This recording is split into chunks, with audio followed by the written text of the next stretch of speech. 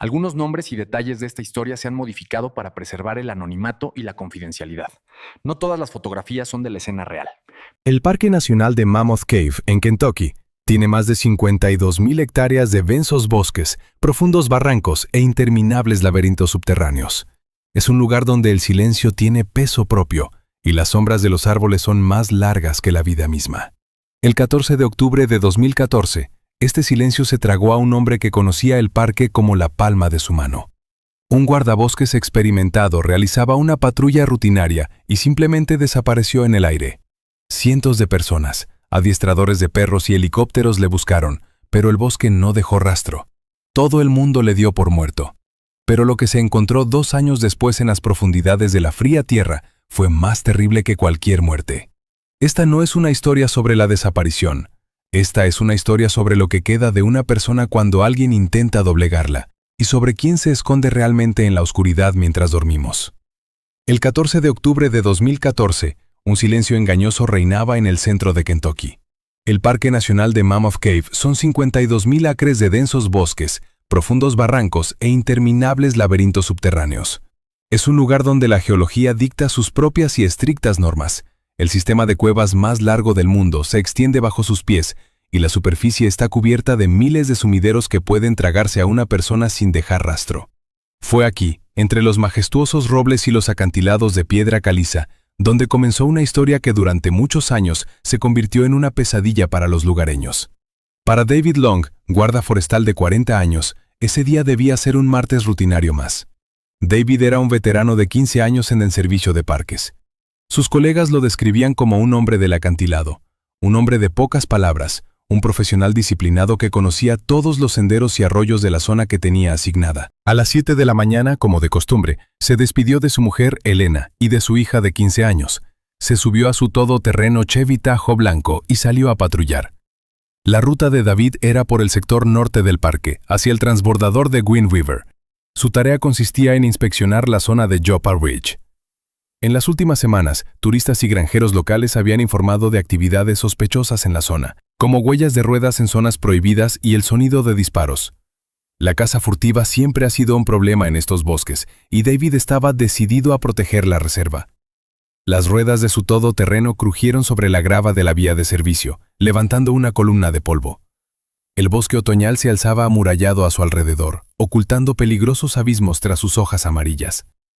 A las 14:30, la tranquila voz de David rompió el silencio de la radio. Según los registros de la sala de control, este era su último contacto. «Base, aquí Long», dijo claramente el guardabosques.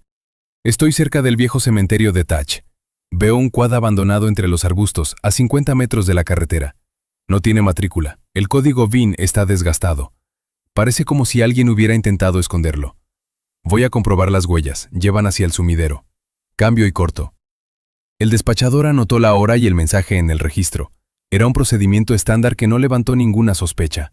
Nadie podía imaginar que esas palabras serían las últimas que el mundo oiría de David Long. El reloj se acercaba lentamente a las 17:00, la hora de la llamada al puesto de control obligatorio para todos los agentes de patrulla que terminaban su turno. La radio de David estaba en silencio. El despachador intentó llamarlo a las 17:15, luego otra vez a las 17:45. La única respuesta fue el monótono siseo de la tensión estática. El terreno del parque de Mammoth Cave es difícil y las zonas muertas en las que desaparece la señal de radio son bastante frecuentes, así que no había prisa por sembrar el pánico.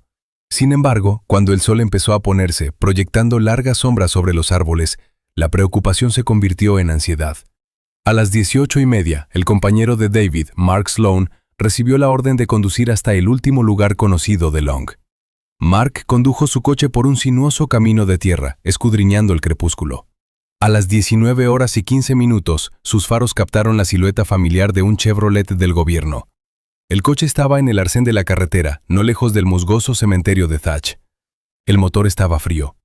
Sloan se acercó al coche, con la mano en la funda. Las puertas estaban cerradas. A través del cristal vio una escena absolutamente mundana. Un mapa abierto del sector y un bocadillo sin terminar, pulcramente envuelto en papel de aluminio, yacían en el asiento del copiloto. Una botella de agua yacía a su lado. Todo parecía como si David se hubiera marchado durante un minuto y estuviera a punto de regresar. No había señales de lucha alrededor del coche, ni cristales rotos ni rastros de sangre en la grava. Solo el silencio del bosque vespertino. Ya a las 22, la zona del cementerio de Tech se convirtió en el centro de una operación de búsqueda a gran escala. Decenas de voluntarios de la ciudad de Bowling Green, policías del condado y guardabosques peinaban el bosque con linternas. Helicópteros equipados con cámaras termográficas surcaron los cielos, escaneando cada centímetro cuadrado de la zona. Los adiestradores de perros trajeron perros, dejándoles olfatear el asiento del coche de David. Los perros siguieron con confianza un rastro que salía del coche y se adentraba en el bosque. Caminaron unos 300 metros, serpenteando entre árboles centenarios, y de repente se detuvieron al borde de un barranco escarpado. Entonces el sendero se interrumpió. El barranco estaba densamente cubierto de kudzu, una enredadera agresiva que cubría el suelo en una alfombra verde continua, ocultando cualquier agujero o grieta. Los perros daban vueltas en el lugar, gimoteando, pero se negaban a bajar. Parecía que David Long había llegado a este punto y simplemente se desvaneció en el aire.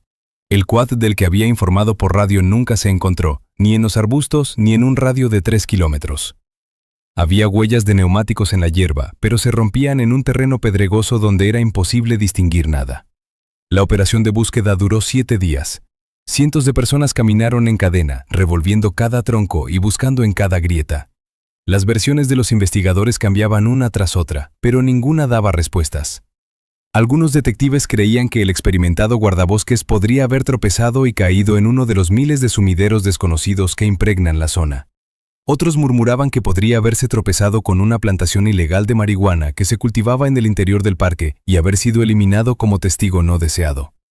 La mujer de David, Elena, y su hija aparecieron en televisión, suplicando entre lágrimas a cualquiera que tuviera información que se presentara. Sus rostros en la pantalla se convirtieron en un símbolo de desesperación. Pero el bosque permaneció en silencio. Pasó un mes, luego otro. La nieve cubrió las huellas de los equipos de búsqueda. El caso de David Long fue clasificado oficialmente como frío. Su placa de servicio se guardó en una caja fuerte y los expedientes de la investigación se enviaron al archivo. Nadie sabía que la respuesta a todas las preguntas estaba mucho más cerca de lo que pensaban, y era mucho más terrible que la muerte ordinaria. En las profundidades del bosque, donde no llegaba la luz de las linternas, alguien observaba cómo se desvanecía la esperanza. El 12 de noviembre de 2016, exactamente 2 años y un mes después de la desaparición del guardabosques, el bosque de Kentucky decidió revelar uno de sus peores secretos. El día estaba nublado y húmedo, típico de finales de otoño en el condado de Edmonson. Los hechos se desarrollaron en una propiedad privada, en un denso bosque al oeste del pequeño pueblo de Lincoln. Era un punto ciego para los equipos de búsqueda oficiales. Una propiedad privada vallada con alambre de espino oxidado y carteles que advertían de la prohibición de disparar sin previo aviso. Sin embargo, fueron estas prohibiciones las que atrajeron a un grupo de 3 espeleólogos aficionados en busca de un subidón de adrenalina y de entradas no registradas a sistemas subterráneos. El grupo avanzaba por el lecho seco de un arroyo cuando uno de los exploradores se fijó en un montón de basura antinatural al pie de una ladera caliza. Parecía un antiguo vertedero natural. Neumáticos de coche medio podridos, barriles oxidados y un montón de ramas secas apiladas demasiado apretadas para ser accidentales. Al arrancar uno de los pesados neumáticos, los espeleólogos sintieron una potente corriente de aire frío que salía del suelo. Era señal inequívoca de que debajo había una gran cavidad. Bajo la capa de basura había un agujero estrecho y apenas visible que descendía verticalmente hacia el negro abismo. Utilizando equipo de escalada, el grupo comenzó a descender. La mina, a la que llamaron la Garganta del Diablo, descendía hasta una profundidad de unos 30 metros. Las paredes del pozo estaban resbaladizas por la humedad y el aire se volvía pesado y viciado. Cuando llegaron al fondo, el haz de la linterna arrancó de la oscuridad un estrecho túnel horizontal que conducía a una pequeña gruta natural. Pero lo que vieron a continuación les dejó atónitos.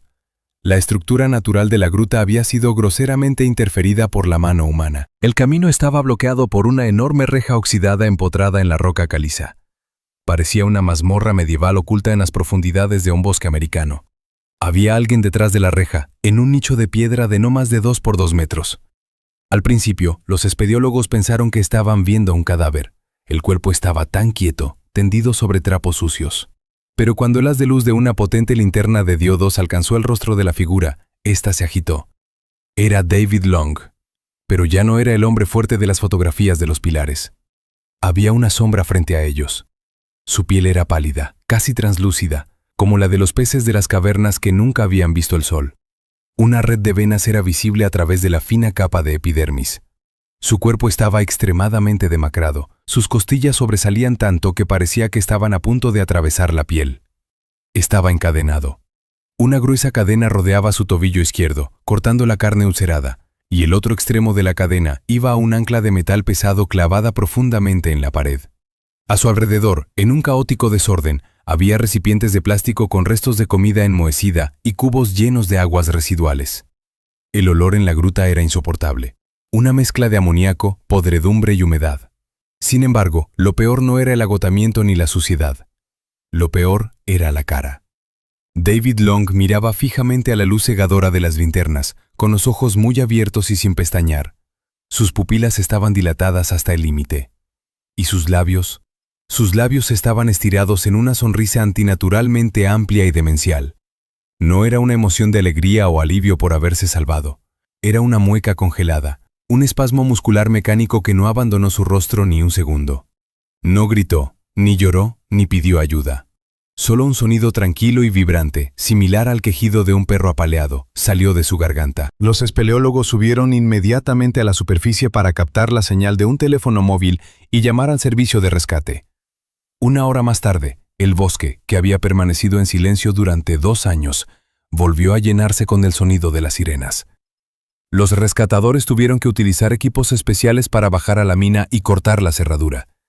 Según los informes de los agentes que bajaron primero, David no reaccionó a las chispas de la amoladora que caían a sus pies.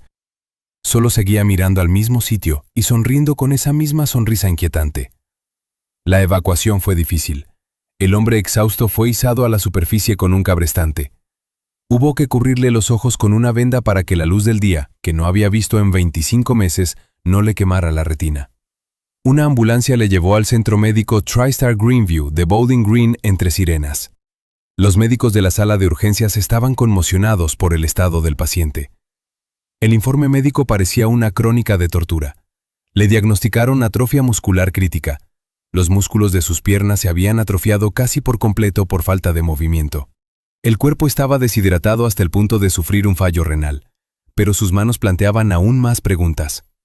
Las radiografías mostraban numerosas fracturas cicatrizadas de las falanges de los dedos de ambas manos. Los huesos se fusionaron incorrectamente, formando feos nudos.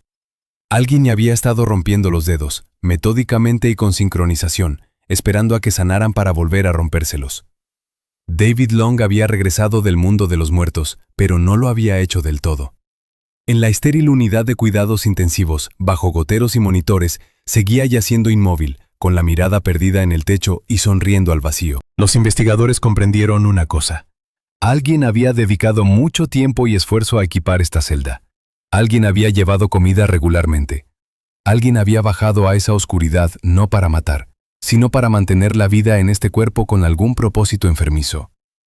Mientras los médicos luchaban por la supervivencia física de David, la policía rodeaba la entrada de la cueva con cinta amarilla.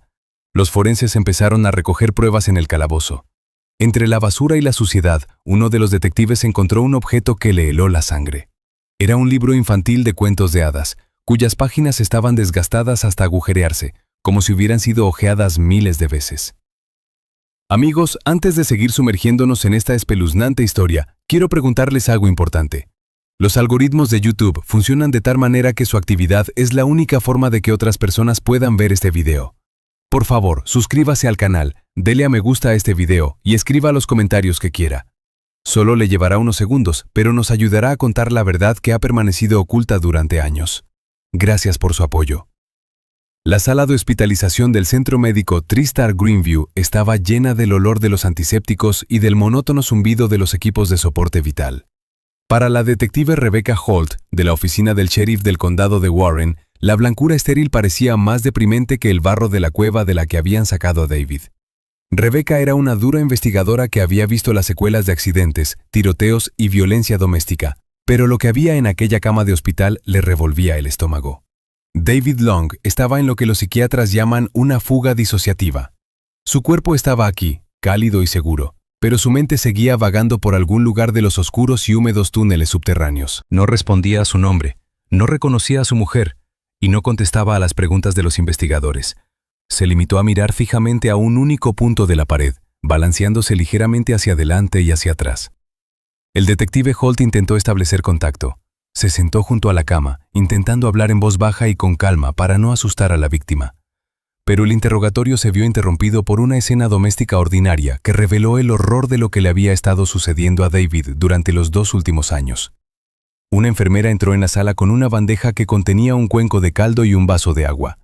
En cuanto David oyó el tintineo de los platos y olió la comida, su cuerpo reaccionó al instante, sin esperar una orden de su cerebro. Se enderezó bruscamente, giró la cabeza hacia la puerta y sonrió. Era la misma mueca que los rescatadores habían visto en la cueva. Sus labios se estiraron tanto que la piel de sus pómulos se volvió blanca, dejando al descubierto sus dientes y encías.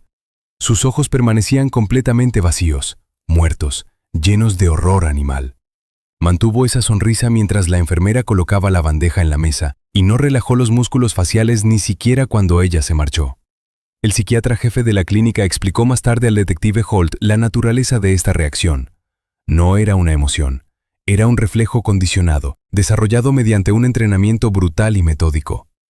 Es un condicionamiento clásico, como el de los perros de Pavlov, solo que ellos utilizaban comida en lugar de una campana, declaró secamente el médico, mirando las notas de observación. Lleva meses roto. El esquema es simple y terrible. Si quiere comer, sonría. Muestre alegría. Si no sonreía, era castigado. El médico señaló otro episodio grabado por una cámara de vigilancia de la sala. Cuando una ordenanza dio un portazo accidental pero no trajo comida, David no sonrió. En lugar de ello, apretó instantáneamente la cabeza contra los hombros, cerró los ojos y se cubrió la cabeza con las manos, preparándose para el impacto. La conclusión era clara. El secuestrador no solo tenía cautivo al guardabosques. Estaba destruyendo su personalidad, convirtiéndolo en un animal obediente que tenía que fingir felicidad por el derecho a conseguir un trozo de pan. Mientras los médicos intentaban recuperar la conciencia de David, el equipo forense seguía trabajando en la escena del crimen. La cueva, apodada la Garganta del Diablo por los lugareños, no era solo un refugio natural. Era una prisión cuidadosamente preparada.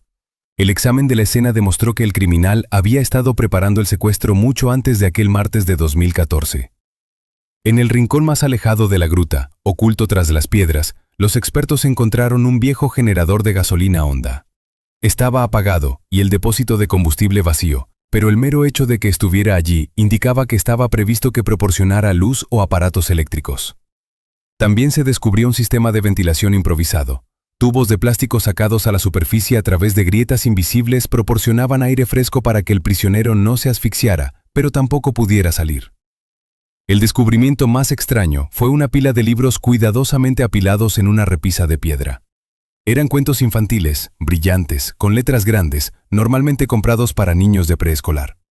Parecían surrealistas entre la suciedad y los excrementos. Los investigadores supusieron que David había sido obligado a leerlos en voz alta. Quizá formara parte del mismo juego psicológico, hacer que un hombre adulto, veterano del servicio de parques, leyera cuentos de hadas a su torturador como un niño a sus padres. Fue en uno de estos libros donde el equipo forense encontró su primera pista seria. En la brillante página del cuento de los 3 cerditos, el experto encontró una clara huella del pulgar. Estaba parcialmente untada con una sustancia aceitosa oscura, similar a la grasa técnica para armas o maquinaria.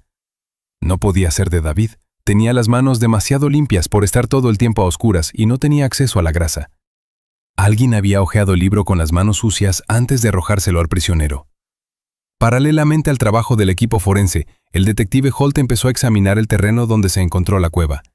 Esta extensión de bosque en la frontera del condado de Edmondson había sido considerada tierra de nadie o abandonada durante años.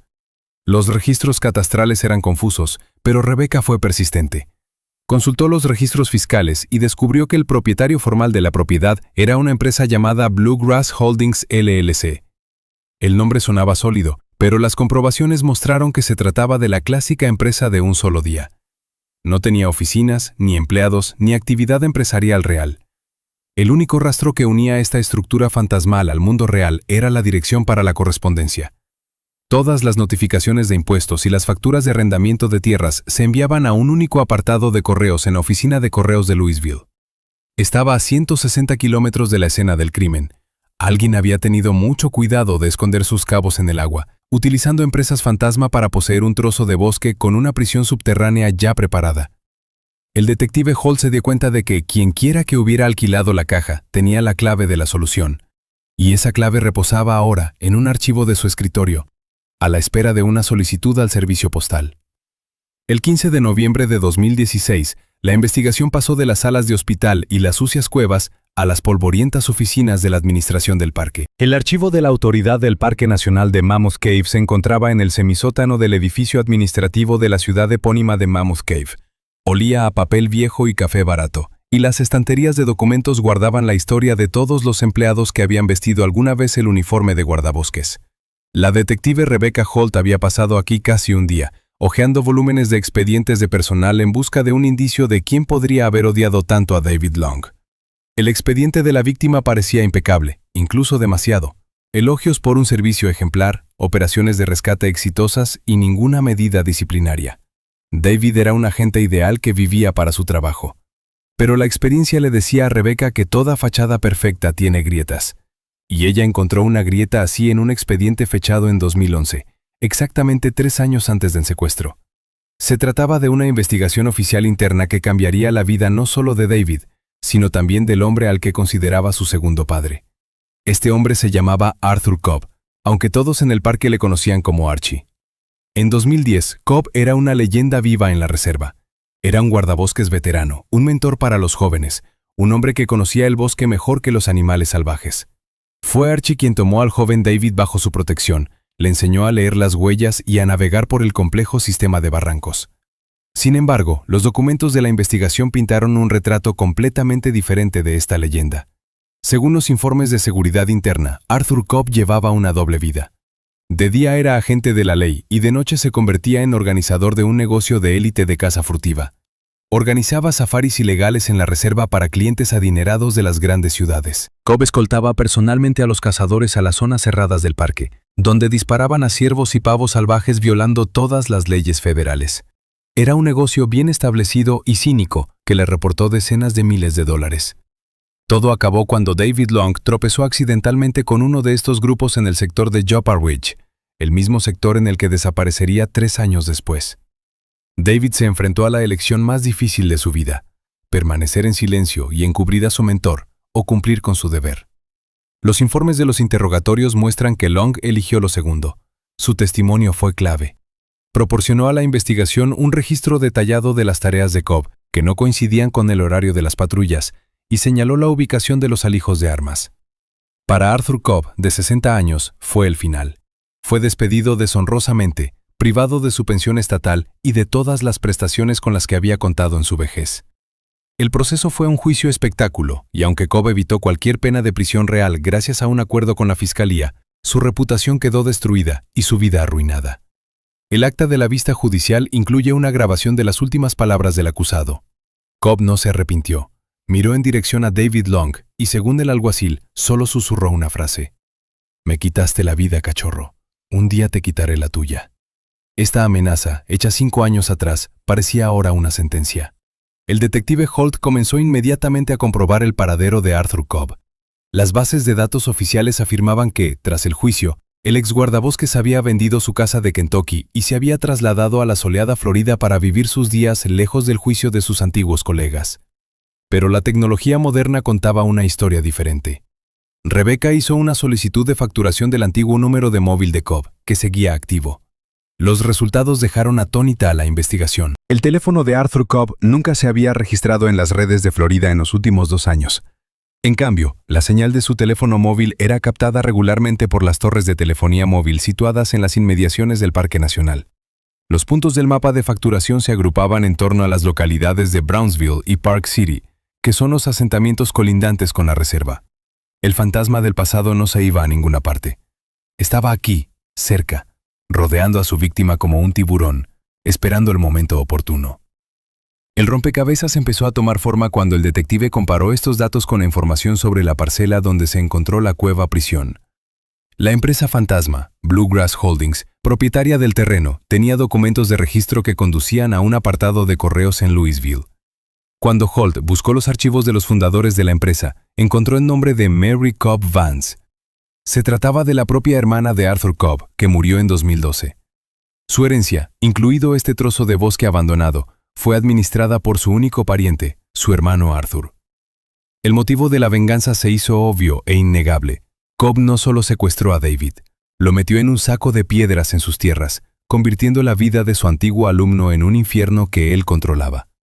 No quería matar, sino quebrantar, humillar y convertir al orgulloso oficial en una criatura obediente, igual que el sistema lo había convertido a él, a Cobb, en un paria. Pero había un detalle que obsesionaba a Rebecca. Arthur Cobb tenía 65 años en el momento de su secuestro. Era un hombre fuerte, pero la edad le estaba pasando factura. Organizar un crimen así requería una fuerza física considerable. Era necesario localizar a un joven guardabosques entrenado, neutralizarlo sin lucha. Piense en un bocadillo sin terminar. Arrastrar su cuerpo inconsciente a través de la espesura. Bajarlo a 30 metros de profundidad en una estrecha mina. Instalar pesadas rejillas metálicas y un sistema de ventilación.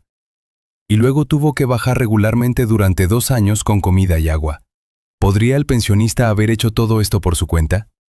El detective Holt volvió a mirar las fotos de la escena. Las soldaduras de la rejilla eran frescas y profesionales. La instalación del generador requería conocimientos técnicos. El agotamiento físico de David indicaba que no solo estaba siendo retenido, sino controlado por la fuerza. La oficina se quedó en silencio. Rebecca se dio cuenta de que había otro actor en esta historia.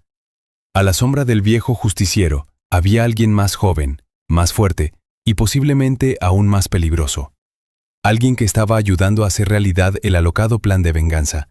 Y este alguien seguía en libertad. El 16 de noviembre de 2016, la investigación sobre David Long dio un giro brusco, pasando de los polvorientos archivos a la cruda realidad de las afueras industriales de Glasgow, Kentucky. Los investigadores que analizaban los flujos financieros de la empresa fantasma de Arthur Cobb descubrieron sospechosos pagos regulares por propiedades en una zona deprimida repleta de almacenes y hangares. Los documentos apuntaban a un viejo hangar medio abandonado que figuraba como taller de reparación de maquinaria agrícola bajo el nombre de Black Oak Repair. El lugar parecía el escondite perfecto para alguien que quisiera pasar desapercibido. La zona industrial de las afueras de la ciudad tenía su propio ritmo. El retumbar de los camiones, el rechinar del metal y el ruido constante de la maquinaria de los aserraderos vecinos creaban el disfraz sonoro perfecto. El hangar en sí era un lúgubre edificio de metal corrugado, oxidado en algunas partes, con ventanas revestidas de madera contrachapada. Una pesada cadena colgaba de la puerta y el cartel de «cerrado» estaba cubierto por una capa de suciedad, lo que indicaba que no había clientes legales. A las 10:45 de la mañana, las furgonetas blindadas del equipo de incautación se dirigieron al edificio sin hacer ruido. La operación fue dirigida por el equipo SWAT de la Policía Estatal, ya que el sospechoso, un antiguo guardabosques, podía estar armado y ser experto en combate. Francotiradores rodearon el perímetro. Reinaba un tenso silencio, solo roto por breves órdenes del jefe del equipo. Tras derribar la puerta con un ariete hidráulico, el equipo de asalto se precipitó al interior. «¡Despejado! ¡Despejado! ¡La habitación está vacía!», sonaban las voces de los soldados. Arthur Cobb no estaba dentro. Sin embargo, lo que vieron a la luz de las linternas tácticas hizo que incluso los operativos experimentados sintieran un escalofrío. La primera planta del hangar estaba llena de tractores y cosechadoras desmontados. El aire estaba cargado de olor a aceite de maquinaria, gasóleo y hierro viejo. Pero esta zona técnica era solo una fachada. En el rincón más alejado, tras un tabique improvisado de pladur, los investigadores encontraron un espacio de oficinas que parecía más bien el santuario de un acosador enloquecido. Las paredes de la habitación estaban cubiertas de fotografías. Había cientos de imágenes tomadas con ópticas profesionales desde larga distancia. David Long aparecía en todas ellas. La cronología de las fotos abarcaba el periodo de 6 meses anterior a su secuestro. David saliendo de casa, David comprando café en una gasolinera, David hablando con su hija en el colegio, David comprobando su equipo. Arthur Cobb no solo estaba planeando una venganza, estaba viviendo la vida de su víctima, estudiando cada uno de sus movimientos, cada hábito, cada ruta. Era la documentación de un depredador cazando a su presa. Algunas fotos estaban tachadas con un marcador rojo, Otras tenían marcas de tiempo y coordenadas, pero el verdadero horror se ocultaba debajo. Bajo un pesado banco de trabajo en el centro del taller, se descubrió una escotilla oculta disfrazada de foso de inspección para reparaciones de maquinaria. Bajando por una estrecha escalera de hormigón, los detectives se encontraron en un sótano completamente insonorizado. Las paredes y el techo estaban cubiertos con una gruesa capa de espuma acústica y colchones viejos que absorbían cualquier sonido. Aquí reinaba un silencio absoluto, similar al del vacío. En el centro de la habitación había una pesada silla de metal atornillada al suelo de hormigón. Sobre la silla se sentaba un maniquí, un vulgar muñeco de plástico de una tienda de ropa, vestido con un viejo uniforme de guardabosques. El maniquí estaba enredado en cadenas y cuerdas. Esta era la sala de entrenamiento, un lugar donde Cobb practicaba sus técnicas de inmovilización y probablemente escenarios de tortura antes de aplicarlas a una persona viva. Sobre una pequeña mesa metálica junto al maniquí había un grueso cuaderno de tapas negras. Era un diario de observación llevado por Arthur Cobb. La letra era pequeña, nítida y meticulosa. Cada página estaba rayada como un diario de laboratorio. Las entradas no contenían ninguna emoción, solo una exposición seca de los hechos del experimento sobre la psique humana. El detective Holt, con guantes de látex, pasó cuidadosamente las páginas. La entrada, fechada el 45º día después de la abducción, decía: Día 45. El sujeto continúa resistiéndose. Se niega a comer, intenta masticar los grilletes. La agresividad es elevada. Se aplica el régimen de oscuridad total y privación del sueño. Tiene que entender que su voluntad no vale nada aquí. A medida que Rebecca avanzaba, vio cómo cambiaba el tono de las grabaciones. De describir una resistencia física a registrar un colapso psicológico. La entrada del día 112 estaba subrayada 2 veces. Día 112. Los progresos son evidentes. El sujeto comenzó a sonreír a la orden. El reflejo se está consolidando. Recibió una ración doble de agua como recompensa. Debe aprender a agradecer cada migaja. Ya no es un guardabosques. Se convierte en lo que yo hago de él. Estas líneas revelaron finalmente el motivo del criminal. Arthur Cobb no quería matar a David Long. La muerte habría sido demasiado fácil. Su objetivo era la dominación completa, total. Quería convertir al hombre que había arruinado su carrera en un perro obediente, una criatura sin voluntad propia, que moviera la cola y sonriera por la limosna de su amo. Era una venganza no a través de la destrucción del cuerpo, sino a través de la destrucción del alma. Cobb se estaba demostrando a sí mismo su superioridad sobre el sistema que le rechazaba, creando su propio sistema en el que él era un dios. El equipo forense siguió examinando las instalaciones, recogiendo muestras de ADN y huellas dactilares. Aunque el propio Cobb no se encontraba en el hangar, todo indicaba que la habitación había sido utilizada activa y recientemente. Sobre la mesa había una taza de café a medio tomar con una película en su superficie que aún no se había formado. Un cigarrillo mal apagado humeaba en el cenicero. El walkie-talkie en el hombro del comandante de las Fuerzas Especiales cobró vida. Perímetro exterior, informe. Señor, hemos encontrado marcas de pisadas en el patio trasero. Son recientes, profundos surcos en la tierra. El vehículo abandonó la propiedad a gran velocidad, probablemente menos de 10 minutos antes de que llegáramos. El detective Holt salió corriendo. Un viento frío le golpeó la cara. Las huellas conducían hacia una zona boscosa que se adentraba en los densos bosques del condado. Arthur Cobb no huyó sin más. Sabía que venían. Alguien le había avisado. O su paranoia y su experiencia como guardabosques habían funcionado mejor que cualquier alarma. El monstruo volvió a desaparecer en la oscuridad, pero ahora sabía que la caza había comenzado para él. Y en esta cacería se encontraba en su propio territorio. El 17 de noviembre de 2016, Kentucky se convirtió en una zona de control policial total. Después de que Arthur Cobb escapara de su taller en Glasgow, se anunció un plan de interceptación al más alto nivel. Los coches patrulla bloquearon las principales autopistas y se difundieron fotos del ex guardabosques en todos los canales de televisión locales. Sin embargo, como suele ocurrir, la clave de la solución no estaba en las carreteras, sino en el estéril silencio de un laboratorio forense.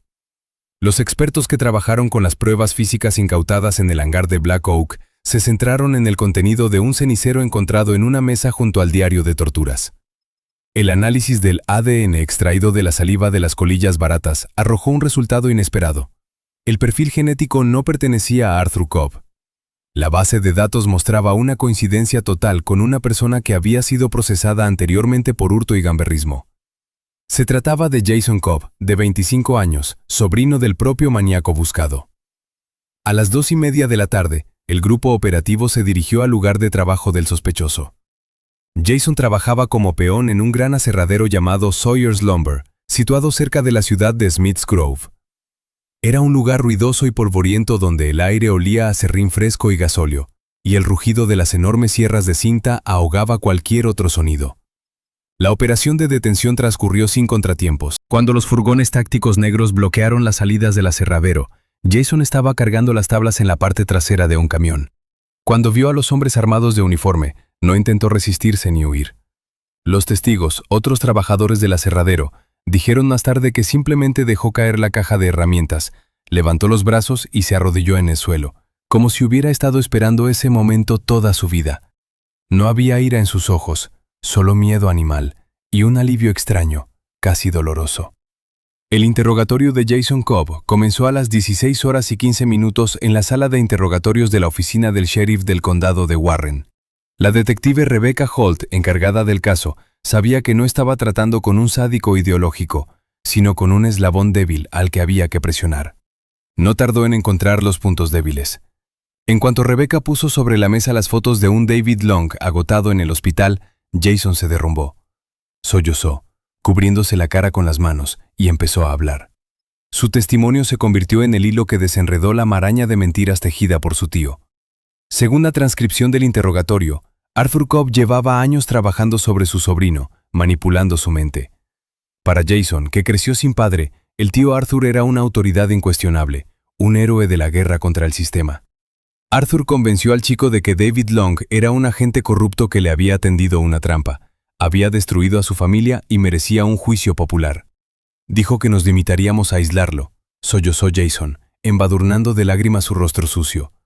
Mi tío dijo que sería un cautiverio cómodo, que lo mantendríamos allí hasta que confesara sus crímenes y luego lo liberaríamos. Yo le creí. Pensé que estábamos restaurando la justicia. Jason confesó su papel en los sucesos del 14 de octubre de 2014. Él era el fantasma del quad. Dejó deliberadamente el vehículo sin matrícula cerca del cementerio de Thatch, sabiendo que David Long, como guarda forestal a cargo, se detendría para comprobarlo. La tarea de Jason consistía en crear una distracción para atraer a David al sumidero, donde Arthur le esperaba emboscado. Pero la parte más aterradora de la confesión se refería a lo que ocurrió después. Jason afirmó que durante los primeros meses ni siquiera bajó a la cueva. Arturo se lo prohibió, alegando que él mismo se ocupaba del prisionero. La verdad le fue revelada a Jason por accidente, 6 meses después del secuestro, cuando su tío cayó enfermo y ordenó a su sobrino que llevara comida al prisionero. Bajé allí pensando que vería una celda con una cama y una televisión, como me había prometido. La voz de Jason temblaba por el horror del recuerdo. Pero vi el infierno. Olía a podredumbre. David parecía un esqueleto. Estaba encadenado a la pared como un perro, y cuando le iluminé con la linterna, sonrió.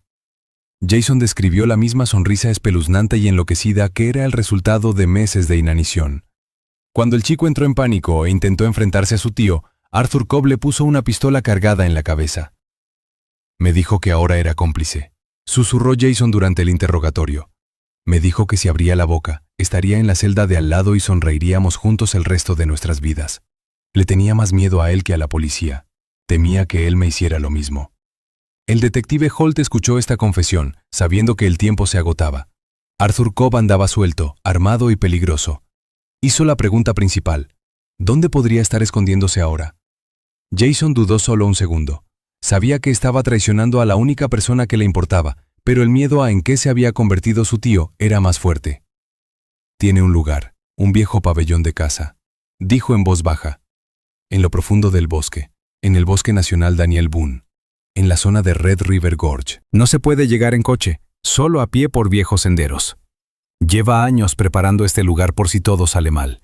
Tiene reservas de armas, comida y un generador. No se rendirá. Dice que no se lo llevarían vivo. Esta información se hizo viral de inmediato. Las coordenadas que dio Jason apuntaban a una de las zonas más salvajes e inaccesibles del estado. Era una zona de acantilados, bosques densos y cañones profundos, donde era fácil mantener las defensas y donde todo forastero se convertía en un objetivo. Mientras la escolta policial sacaba a Jason, que estaba esposado, de la sala de interrogatorios, los equipos SWAT ya se estaban reuniendo fuera. Los agentes comprobaban sus chalecos antibalas y cargaban sus fusiles de asalto. Comprendieron que no iban simplemente a detenerle. Iban a la guerra contra un hombre que había convertido una parte del bosque en su campo de terror personal. Y en este bosque ya les estaban esperando. El 18 de noviembre de 2016, el amanecer sobre el Bosque Nacional Daniel Boone era frío y gris. La zona del desfiladero del Río Rojo es un lugar de belleza salvaje y primitiva, donde los acantilados de arenisca se elevan sobre densos bosques y los profundos barrancos ocultan la niebla incluso al mediodía. Era aquí, en lo alto de un afloramiento rocoso aislado, al que solo se llegaba por un sendero estrecho y apenas visible, donde se encontraba el antiguo pabellón de caza de Arthur Cobb. Era una fortaleza ideal, rodeada por 3 lados por una cima de varios cientos de metros de profundidad, y el único acceso era desde las ventanas de la cabaña. La operación de captura comenzó a las 5:30 de la mañana. Un equipo combinado de miembros del equipo SWAT de la Policía Estatal de Kentucky y agentes de la Oficina Federal de Investigación aseguraron el perímetro. Tuvieron que moverse en completo silencio, utilizando el sonido natural del viento y el del río que pasaba por debajo para ocultar el crujido de las ramas bajo sus botas tácticas. Los francotiradores estaban al acecho en sus posiciones, manteniendo las ventanas de las cabañas en su punto de mira. La tensión en el aire era tan densa que se podía cortar con un cuchillo. Todos los oficiales sabían que iban a capturar a un hombre sin nada que perder. A las 6:10, cuando el comandante del grupo se disponía a dar la orden de asalto, la situación cambió radicalmente. Los especialistas del departamento técnico que vigilaban la red interceptaron la señal. Arthur Cobb estaba despierto. Sabía que estaban aquí, y en lugar de atrincherarse en silencio, decidió convertir su final en una representación. Utilizando un potente módem por satélite, lanzó una transmisión en directo a Internet a uno de los sitios de alojamiento de videos más populares. Una imagen apareció en las pantallas de las tabletas del centro de mando. Cobb estaba sentado ante una mesa en el centro de la cabaña. Detrás de él había estanterías llenas de carpetas y cajas, el mismo archivo de investigación que se había llevado del taller. Parecía tranquilo, incluso pacífico. Tenía una taza de café en las manos y un fusil de asalto a su lado. «Sé que me estás observando», dijo, mirando directamente al objetivo de la cámara. «Viniste aquí pensando que ibas a salvar al mundo de un monstruo, pero ha llegado demasiado tarde. Mi experimento ha concluido y ha tenido un éxito brillante». Cobb dio un sorbo a su café y sonrió, la misma sonrisa fría y calculadora que antaño había fascinado a los jóvenes Rangers. ¿Cree que el sistema judicial se basa en la fuerza? No, el poder es la voluntad. Lo he demostrado. Os quité a un Ranger orgulloso y con principios, a un héroe que creía en la ley. Y te devolví a un idiota sonriente, un animal obediente que mueve la cola por un trozo de pan. Mírelo en el hospital. Este es el verdadero rostro de su justicia. Es impotente ante el poder real. El comandante del equipo de asalto se dio cuenta de que no podía esperar más. El psicópata estaba retransmitiendo su victoria en directo y cada segundo de retraso jugaba a su favor. ¡Asalto! ¡Todos los grupos! ¡Al asalto!, sonó la llamada en los auriculares. En el mismo momento, el bosque estalló de ruido. Granadas aturdidoras volaron a través de las ventanas de la cabaña, cegando el interior con destellos brillantes. La puerta voló abierta bajo el impacto del ariete, pero Cobb estaba preparado. No buscó cobertura. Simplemente levantó su rifle y abrió fuego a través de las paredes, siguiendo el sonido de los pasos. Las balas perforaron los paneles de madera y uno de los oficiales del primer equipo de asalto cayó, agarrándose la pierna. La bala le atravesó el muslo, sin alcanzar la placa de su chaleco antibalas. La sangre salpicó el porche, pero el grupo no se detuvo, arrastrando al herido a un lugar seguro al amparo de los escudos. Cobb, al darse cuenta de que se le acababa el tiempo, tiró su fusil y cogió un bidón de gasolina que tenía a sus pies. Empezó a verterla sobre los papeles que había sobre la mesa y las estanterías detrás de él. Eran registros de años de vigilancia, diarios detallados de torturas, pruebas de sus crímenes. «Todo va a arder», gritó encendiendo un mechero. «La historia va a arder conmigo». El fuego estalló al instante, envolviendo la pila de papeles que había sobre la mesa. Las llamas lamieron las paredes. En ese momento, el francotirador que se había apostado en un árbol a 200 metros de distancia recibió una orden clara. A través de la ventana rota, pudo ver la silueta de Cobb contra el fuego. El disparo sonó seco y corto. La bala del calibre 300 alcanzó a Cobb en el hombro derecho, destrozando la articulación y haciéndole soltar su mechero y volar contra la pared. La policía antidisturbios irrumpió un segundo después. 2 soldados derribaron a Cobb, inmovilizándole boca abajo contra el suelo, mientras otros apagaban el fuego con extintores, salvando así pruebas de valor incalculable. El humo le carcomía los ojos, el olor a gasolina se mezclaba con el de la pólvora y la sangre. Arthur Cobb no gritó de dolor, aunque tenía el hombro convertido en un amasijo sanguinolento. Cuando le esposaron, no opuso resistencia. El agente que lo detuvo encendió su cámara corporal para captar el rostro del sospechoso para que constara en acta. Puso a Cobb de rodillas y lo giró hacia el objetivo. Arthur Cobb queda detenido como sospechoso del secuestro y tortura de David Long, gritó el policía, intentando tapar el ruido del fuego y las comunicaciones por radio. Cobb levantó la vista. Su rostro, iluminado por las luces intermitentes de sus linternas tácticas, no mostraba miedo, dolor ni ira. Miró directamente al objetivo de la dashcam. Lentamente, como a cámara lenta, las comisuras de sus labios se movieron hacia arriba. No era su habitual sonrisa cínica. Estaba copiando. Había reproducido a la perfección, hasta el último detalle, la misma mueca amplia, enloquecida y mecánica que los investigadores habían visto en el rostro de David Long en el hospital. Los ojos de Cobb permanecían fríos y vacíos, y su boca estaba fruncida en una horrible parodia de regocijo. Se acabó la lección, susurró con un labio, mirando a través de la cámara como si pudiera ver a su destrozada víctima al otro lado de la pantalla. La policía le sacó de la cabaña en llamas a punta de pistola. El fuego se extinguió, salvando la mayor parte del archivo, pero lo que ocurrió en esos momentos fue captado por la cámara. La victoria del maníaco no fue que escapó, sino que dejó su huella para siempre.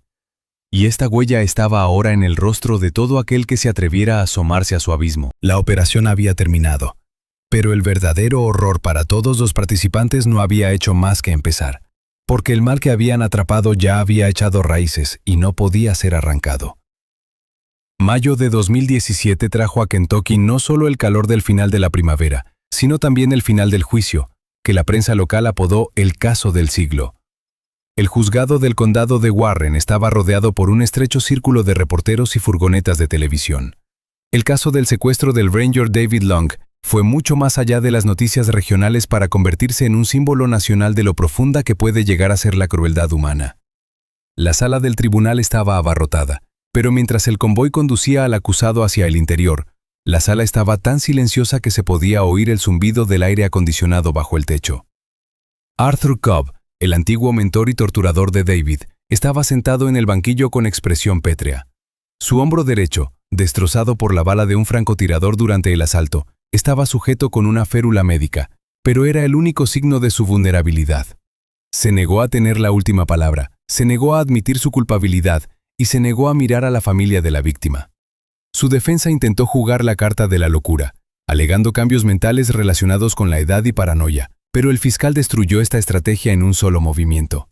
Simplemente puso sobre la mesa los diarios que había salvado del incendio. Estos registros, que Arthur Cobb guardaba con la meticulosidad de un científico sádico, se convirtieron en el principal clavo en el ataúd de su defensa. El jurado tardó menos de 2 horas en llegar a un veredicto. Fue un tiempo récord para un caso de esta complejidad, lo que atestiguaba la absoluta irrefutabilidad de las pruebas. El presidente del jurado, al leer el veredicto, apenas podía contener el temblor de su voz. Era culpable de todos los cargos: secuestro con agravantes, tortura, imposición de lesiones corporales graves e intento de asesinato de un agente de policía durante la detención. El juez, un hombre con 30 años de experiencia que había visto a cientos de criminales, miró a Cobb con indisimulado desprecio mientras leía la sentencia.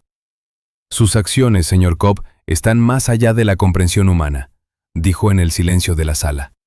No se limitó a robar el cuerpo de un hombre, intentó robarle el alma. La sentencia fue dura y definitiva: cadena perpetua sin libertad condicional más 150 años de condena. Esto garantizaba que Arthur Cobb moriría en la misma caja de hormigón a la que había condenado a su víctima, sin posibilidad de escapar. Jason Cobb, el sobrino y cómplice involuntario, fue condenado a 15 años en una prisión federal. El tribunal tuvo en cuenta su cooperación con la investigación y su sincero remordimiento, pero el hecho es que conocía el infierno de la cueva y guardó silencio durante 2 años. Sus lágrimas durante el anuncio del veredicto no suscitaron la simpatía del público. Sin embargo, el verdadero final de esta historia no se produjo en la sala del tribunal, sino a 100 millas de distancia, entre los muros de la clínica psiquiátrica del Western State Hospital de Hopkinsville. Se trata de un centro de alta seguridad para pacientes con enfermedades mentales graves, un lugar donde el tiempo fluye de un modo completamente distinto. Fue aquí donde David Long estuvo recluido. 6 meses después de su puesta en libertad, el estado físico de David mejoró notablemente. Los médicos consiguieron restablecer su peso y sus músculos, atrofiados por 2 años de inmovilidad, empezaron a funcionar de nuevo gracias a la fisioterapia intensiva. Las cicatrices de sus dedos se curaron, convirtiéndose en cicatrices blancas. Por fuera, era el mismo hombre que recordaban sus compañeros guardabosques, pero por dentro era un cascarón vacío. Aquel día Olena Long fue a visitar a su marido inmediatamente después de la vista judicial. Quería darle la noticia de que el monstruo había sido castigado, que se había hecho justicia y que podían intentar empezar de nuevo. Encontró a David en el salón común. Estaba sentado en un sillón junto a un gran ventanal que daba al jardín del hospital. Los árboles florecían fuera del cristal. El viento mecía las ramas, pero la mirada de David era vidriosa e inmóvil. Miraba a través del paisaje, concentrándose en algo que solo él podía ver. «¿David?», llamó Olena suavemente, sentándose en una silla junto a él. El hombre giró la cabeza lentamente, como un mecanismo oxidado, en su dirección. No había reconocimiento en sus ojos, ni una chispa de amor, ni dolor, ni siquiera miedo. Solo el abismo. Olena se había acostumbrado a esto en los últimos meses, pero cada vez le rompía el corazón de nuevo. Empezó a hablarle del juicio, del veredicto, de cómo Cobb nunca sería liberado. David la escuchaba sin pestañear, su rostro permanecía como una máscara completamente indiferente. Al darse cuenta de que las palabras no alcanzaban el objetivo, Elena decidió intentar algo más sencillo. Abrió su bolso. «Te he traído algo», dijo intentando que su voz sonara alegre. «Tus manzanas favoritas, doradas, ¿recuerdas?». Sacó una manzana grande y amarilla y se la tendió a su marido. En cuanto David vio la comida, algo terrible ocurrió en la habitación. La atmósfera de calma desapareció al instante. El cuerpo de David se tensó. Su espalda se enderezó como una cuerda. Su rostro, que había estado muerto e indiferente hacía un segundo, se distorsionó al instante. Los músculos de sus mejillas se contrajeron en un violento espasmo y sus labios se separaron, mostrando sus dientes. Era la misma sonrisa, amplia, enloquecida, mecánica. No era una reacción a su mujer o a la noticia de la libertad. Era el reflejo de un perro entrenado para sonreír a cambio de comida. Los ojos de David seguían llenos de horror y vacío, pero su boca continuaba sonriendo mientras alargaba una mano temblorosa para coger la manzana. No podía controlarlo. Arthur Cobb había pasado 2 años cosiendo este código en el subconsciente de su víctima, e incluso los mejores psiquiatras eran impotentes para borrar el programa. Olena dejó caer la manzana al suelo y se cubrió la cara con las manos, incapaz de contener los sollozos. La manzana rodó por el linóleo, pero David continuó sentado y sonriendo al vacío, esperando una orden que nadie le daría. Arthur Cobb fue condenado a muerte en una caja de hormigón, pero sentado en su celda pudo celebrar la victoria. Había logrado su objetivo, había matado a David Long. El hombre sentado junto a la ventana de la clínica era solo un monumento viviente a su crueldad, un recordatorio eterno de que la psique humana puede romperse de formas que ninguna sentencia judicial podrá recomponer jamás. Esta sonrisa se convirtió en un eco en la oscuridad que sonará mucho después de que los nombres del autor y de su víctima hayan sido olvidados. La historia ha terminado, pero para David Long, el horror nunca acabará.